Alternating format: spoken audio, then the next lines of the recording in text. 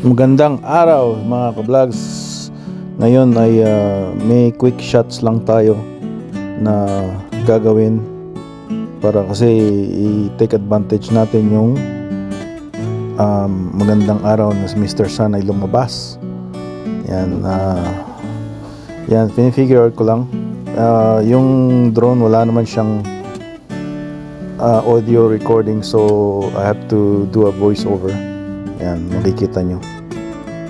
Nagsasalita ako pero hindi naman lumalabas at the same time kung ano yung lumalabas dito sa bibig ko. So yan, nag quick fly tayo para check natin ating paligid, tsaka mag-practice ng pag-droning para sa mga pagkayong may flight time tayo under our belt. So pagka yung mga malalayo na yung mga drone shots natin in the future, may alam na natin ang gagawin natin. So at this time may mga safety tips naman ang drone na sinasabi siya na kung ano yung na-encounter mo. Kaya today magandang panahon, but there's a strong winds sa drone and the area. So that's under 249 grams.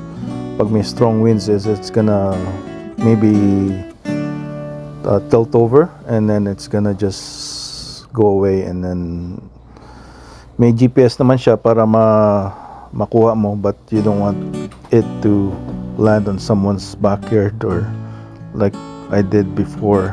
So yan, check natin. Ang ganda ng paligirian natin dito sa North BC,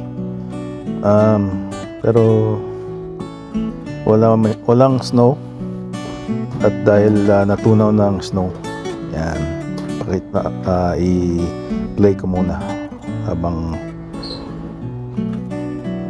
tinitingnan nyo ang paligid.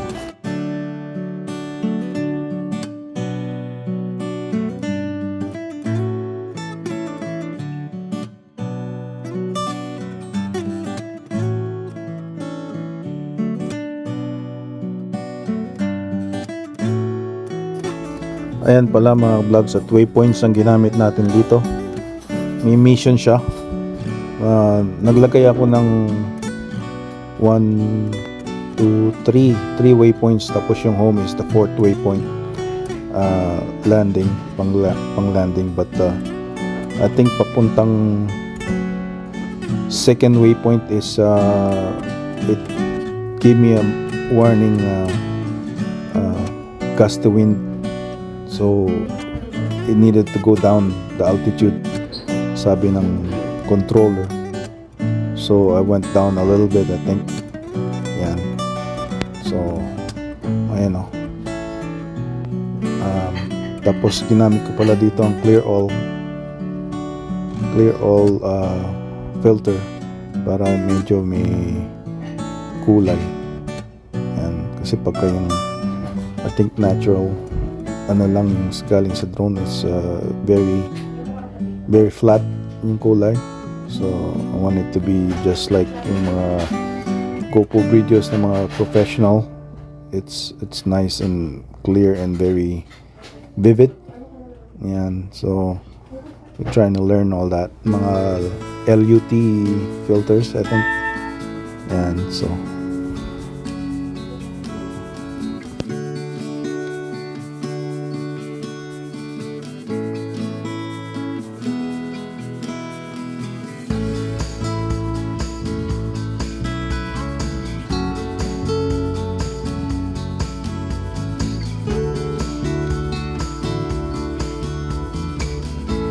yeah, as you can see, we are moving now from, compared to the previous drone shots that we have. We were kind of stationary dahil nga because we're still figuring out where we're moving. So Ito na naman pala ang Queensway, and yan yung Chaco River. Yan. So I think this is trying to land, returning it now because emergency landing because of the gusty winds. Yan.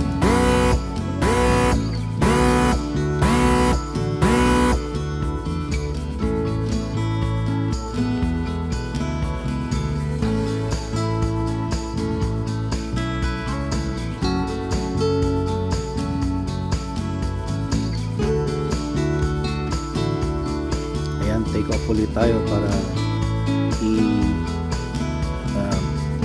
gamitin natin yung battery level ng punong-puno para yung cycle magamit, kasi kung half lang yung cycle na gamitin mo and then you're gonna recharge it again, that's counted as your cycle. Yung cycle pala is the life of the battery, lithium battery.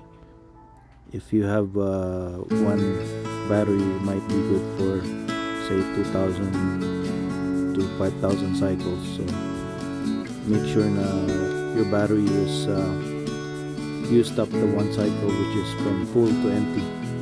That's one cycle. If you use only 100% to 50% and then you recharge it, so you're gonna lose that 50% half cycle. It's considered gonna be a long cycle, I believe. So just comment if you're not approving my comment about the battery cycle.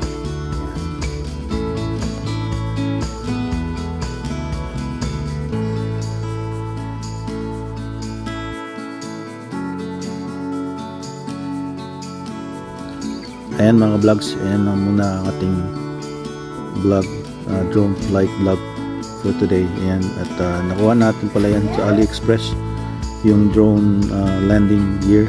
Ayan, bye bye.